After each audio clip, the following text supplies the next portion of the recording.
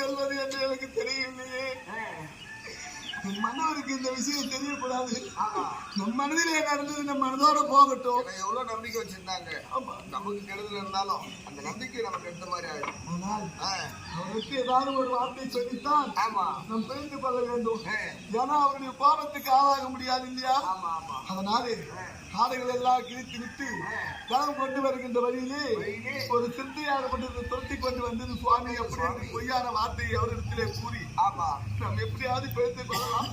அதனாலே வெகு நேரம் ஆகிவிட்டது. போகலாமா மரண சாலைக்கு?